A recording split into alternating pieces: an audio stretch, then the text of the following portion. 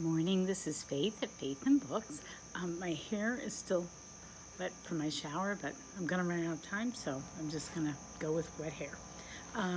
Mostly this is gonna be about me reviewing Swallowdale, but I just wanted to explain why I decided not to do Saturday Shakespeare or Shakespeare Saturday, because I found out about something called Shaketube, which I think I had heard before, but I didn't put it together with it being a thing you did in September.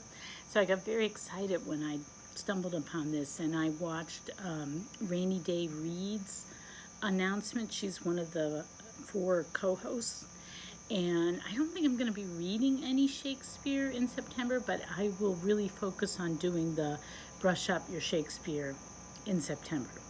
And that'll be my unofficial contribution to Shaketube. But I'm excited about it because there's two, I kind of had in the back of my head, I had these 2 kind of goals with furthering my understanding of Shakespeare, other than the Brush Up Your Shakespeare.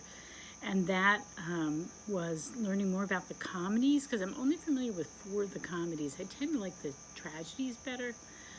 But Much Ado About Nothing, I've seen both film versions. I may have read it, but I'm not sure. But I've seen both. I've seen the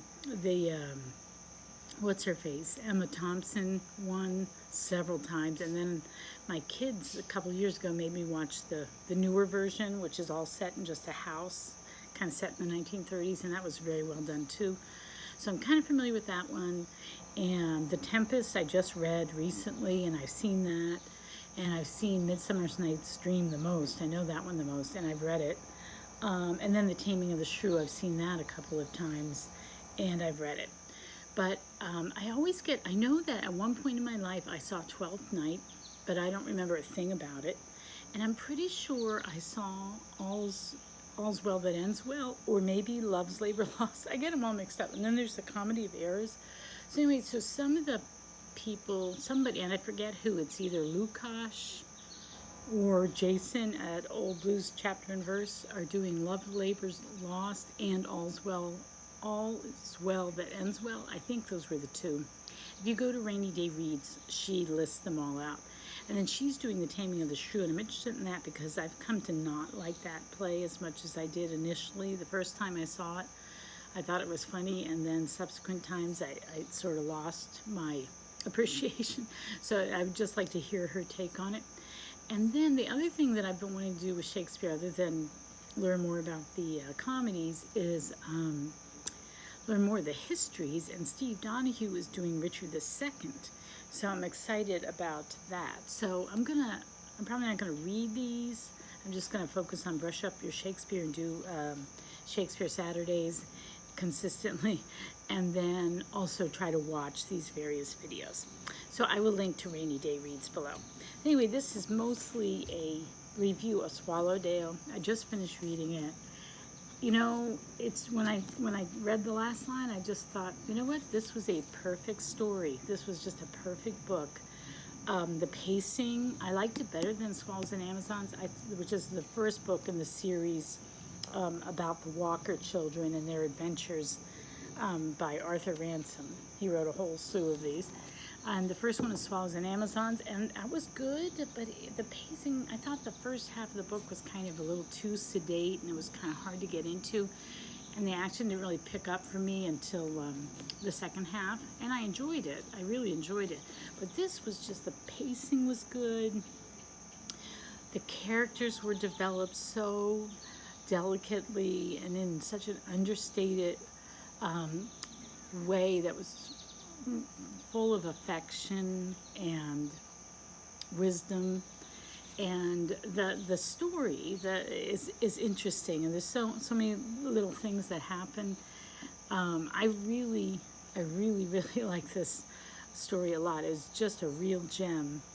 I really liked the way he presents the kids' relationships with each other and with their parental units. The kids know each other so well, and they're all in this land of make-believe, of pretend, you know. And they know how, they know the personalities of each other, and they know how the other is going to react or what the other person would be thinking. They're really in tune with each other. And just their attachment to their mother, and is really, really well done.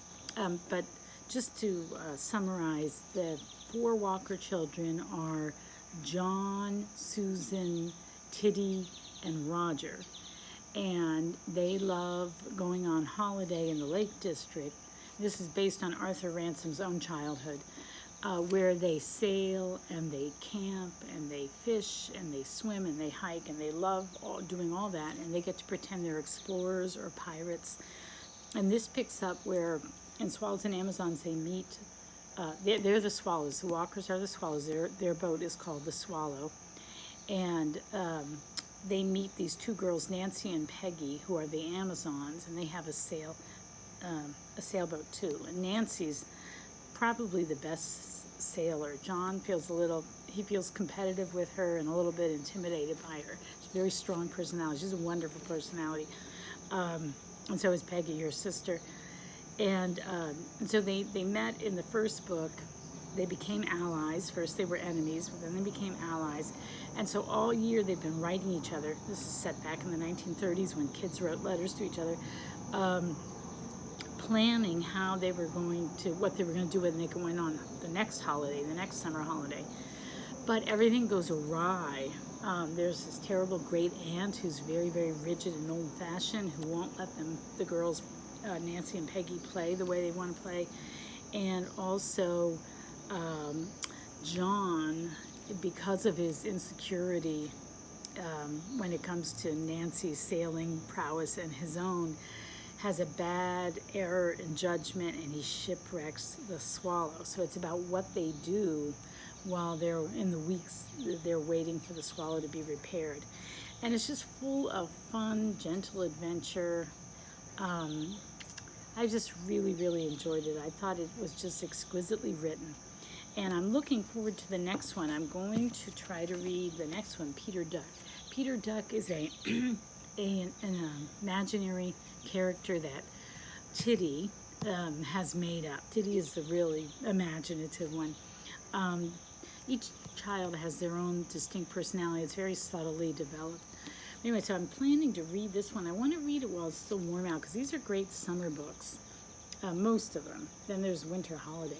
But I want to, for 2020, I want to try to read Peter Duck before, like, hopefully, maybe beginning at the end of August and into September. And then I'm going to save this for December, Winter Holiday. So that's going to be all I think I'll accomplish. I want to read the whole series eventually. We have the whole series, and it's been sitting on my shelf for years and years. And but I think that's all I'll get done in 2020, which is fine. That's great. I'm really enjoying it. It was an excellent book, and I highly recommend the series. So that is it from me, and I guess I'll see you later. Take care. Bye-bye.